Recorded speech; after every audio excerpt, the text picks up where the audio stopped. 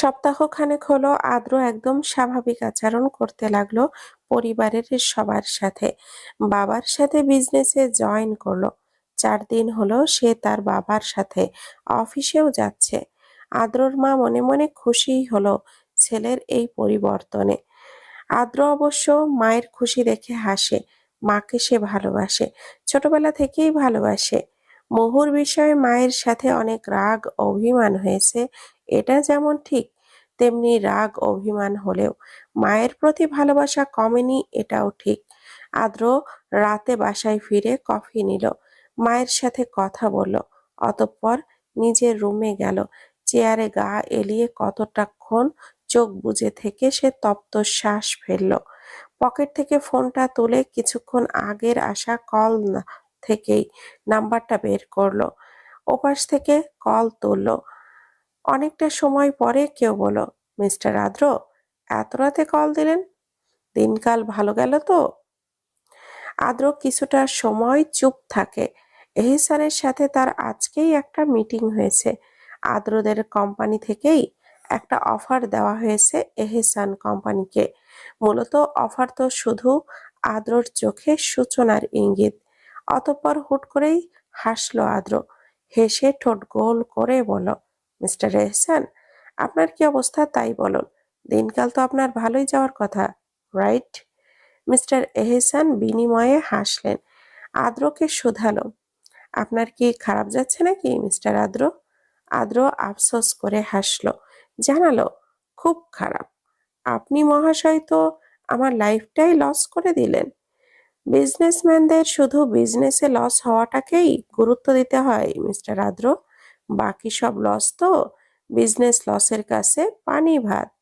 আদ্র মাথা দোলালো, ফোনটা কানে চেপে এক হাতে চুল পেছনে ঠেলে দিল। হেসে বলল, নতুন তো, তাই এখনো পাকাপোক্ত হয়নি। আপনি দেখছি খুব ভালো মানের বিজনেসম্যান। আশা করি আমি তার থেকে 10 গুণ ভালো বিজনেসম্যান হয়ে যাব খুব অল্প সময়েই। আমার চাইতেও 10 গুণ ভালো? আদ্র ভুরু বাঁকিয়ে শোধালো, 10 গুণ ভালো হওয়া বেটার না? অন্তত আপনার মতো নতুন এসেই শিকার ছিনিয়ে নেওয়ার দক্ষতা তো আমার নেই, আফসোস। আদ্রর আম্মু জানালার পাশে বসা, চোখ টলমল। আকাশ পানে চেয়ে উনি হিসাব কষলেন ওনার জীবনের এই প্রাপ্তি অপ্রাপ্তি নিয়ে।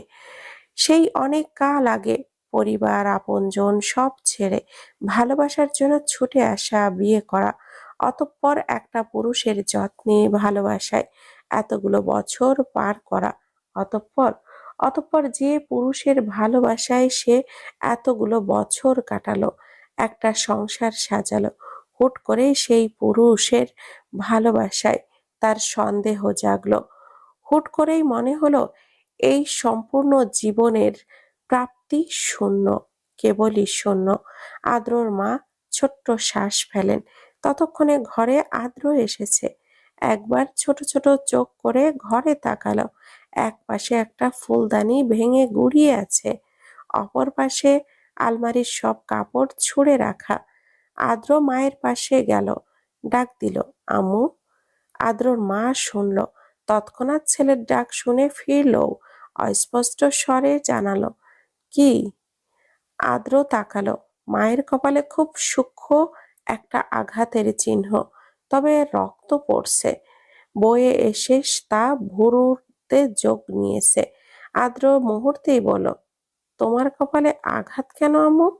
আদ্রর মা মুহূর্তেই কপালে হাত রাখলেন, পাশ ওপাশ হাতড়ে ভ্যাবাচ্যাকা খেয়ে বলল, হুম, কোথায়? আদ্র হাত বাড়ালো, মায়ের কপালে রক্তটা আঙ্গুলে ছুঁয়ে শোধালো, রক্ত? আদ্রর মা এবার আর কথা খুঁজে পেল না, একদম চুপ হয়ে গেল। আদ্র হুট করেই ফ্যাল করে চাইল, জিজ্ঞেস করলো, তোমার কি আব্বুর সাথে ঝামেলা হয়েছে আম্মু? আদ্র মায়ের এবার যেন কান্না পেয়ে গেল। আটকানো যায় না এমন কান্না।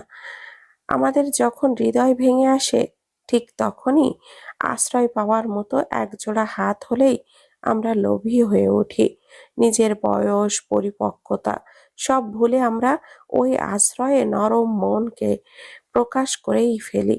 আর তার দরুনই চোখ দিয়ে গড়গড়িয়ে পড়ে অবাধ্য নোনা জল। আদ্রর মায়ের চোখেও পানি গড়ালো, তবুও উত্তর করলো না।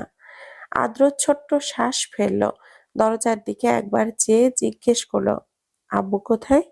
বাইরে। বাইরে গেল আদ্র? কেন, তোমার কি কিছু প্রয়োজন? আদ্র মায়ের কথা শুনে হাসে। ও ছোটবেলা থেকেই দেখে এসেছে তার মা বাবা দুজনেই দুজনকে অসম্ভব ভালোবাসে। অসম্ভব। তার বাবা যেমন তার মায়ের যত্ন করে দিন রাত্রি, ঠিক তেমনি তার মাও যত্ন করে।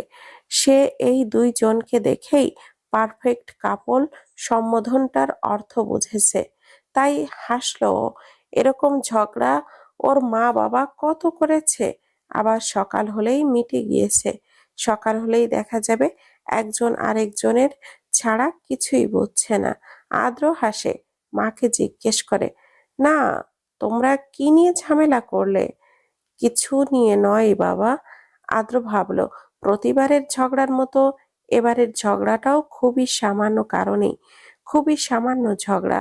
তাই অতটাও গুরুত্ব না দিয়ে মায়ের কপালে ব্যান্ডেজ লাগিয়ে বলো, থাক, বলা লাগবে না। আব্বু কোথায় গিয়েছে, আমি বরং দেখে আসছি। না, তুমি যাবে না আদ্র। কেন? আদ্রর মা এবারে অনেকটা কঠিন স্বরেই বলল, আমি নিষেধ করেছি তাই। মা বাবার ভেতরে তুমি কেন ঢুকছো? বড় হয়েছো না তুমি? ওকে ওকে, তোমার কপালটা কতটুকু কাটলো আমি শিওর তুমি নিজেই নিজের কপালের এই হাল করেছো, তাই না আম্মু? ব্যথা লাগছে নিশ্চয়ই। আদ্রর মা হাসলো কেমন যেন, ছেলের দিকে চেয়ে হুট করেই হাসলো।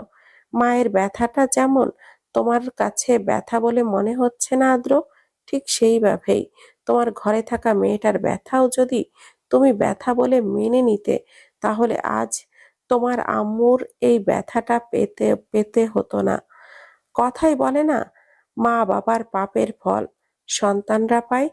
আমি বলছি, কিছু ক্ষেত্রে বোধহয় সন্তানের করা পাপের অভিশাপ মা বাবাদের ওপরেও পড়ে। আদ্র বুঝলো পুরো কথাটার অর্থ, প্রশ্ন করলো, কি বললে আম্মু? সন্তানের করা পাপের অভিশাপ মা বাবাও পায় মানে? আম্মু, আদ্রর মা ভঙ্গুর এক মানুষের ন্যায় কেঁদে ফেলল, বলল, আমি আমি বোধহয় তোমার পাপের শাস্তিটাই পেয়ে যাচ্ছি আদ্র। আমার তো এটাই প্রাপ্য নয়। আমি তো এমন কিছু করিনি কারোর সাথে। আমি কেন তাহলে? তুমি তুমি যেমনটা মিথির সাথে করছো, কোনোভাবে এর শাস্তি আমার উপরে আসেনি তো আদ্র? আদ্র হুট করেই সচেতন চোখে চাইল। ওর চোখ কেমন চকচক করে উঠল। ও তো মিথিকে মারতো এভাবে, তাহলে কি তার আম্মুকেও এইভাবে? ও দ্রুতই শুধালো, আব্বু তোমায় মেরেছে আম্মু? মিথির সেই দিনকার চিনচিনে পেট ব্যথাটা খুব সিরিয়াস ব্যথা না হলেও সপ্তাহখানেক পরেই এই ব্যথা মাত্রাতে মাঝরাত্রিতে এসে ওর আবারও মনে হলো ওর পেটে ব্যথা করছে অল্প অল্প। বরাবরের মতো বাচ্চার নড়াচড়ার আভাস পেয়ে ঘুম ভেঙে যেমন বসে থাকে, ঠিক সেইভাবেই আজও বসে থাকলো। ঘন্টাখানেক পেটে হাত রেখে বিড়বিড় করার কথা বলছিল। তখন প্রায় রাত ৩টা। হিয়া ঘুমাচ্ছে, ওইদিকে রিদি ও ফ্রিজাও ঘুমাচ্ছে। অতঃপর তার একটু পরেই মিথি অনুভব করলো ওর পেট টান পড়ে আছে, হালকা ব্যথা অনুভব হচ্ছে। মিথির মনে করলো কিছু সময় পরেই চলে যাবে। ও নিজেই নিজের পেটে হাত রাখে। পেটের চামড়া স্পর্শই স্পষ্টই নড়ে। পেটের মাঝ বরাবর থেকে ডান পাশের চামড়াটা ফুলে ওঠে। মিথি হাসে, শুধালো, আম্মুর ঘুম হারাম করে কি মজা পান দুমিষ্টু? যখনই ঘুম ধরে তখনই আপনার হাডুডু খেলা শুরু হয়ে যায়, হ্যাঁ? মিথি হেসে বলা কথাটা ওর মুখের প্রাণটা শুনতে পায়নি, তবে ওর নড়াচড়া থামালো না।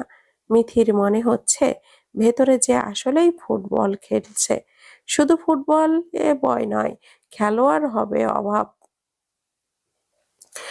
মিথির হালকা হালকা পেট ব্যথাটা নিয়েই এবার কার্যকলাপ পরখ করে শুধালো, তুই জানিস বিষাদ, আর অল্প কয়েকটা দিন পরেই আমি তোকে ছুতে পারবো, তোকে দেখতে পারবো, তোকে আদর করতে পারবো মিষ্টু।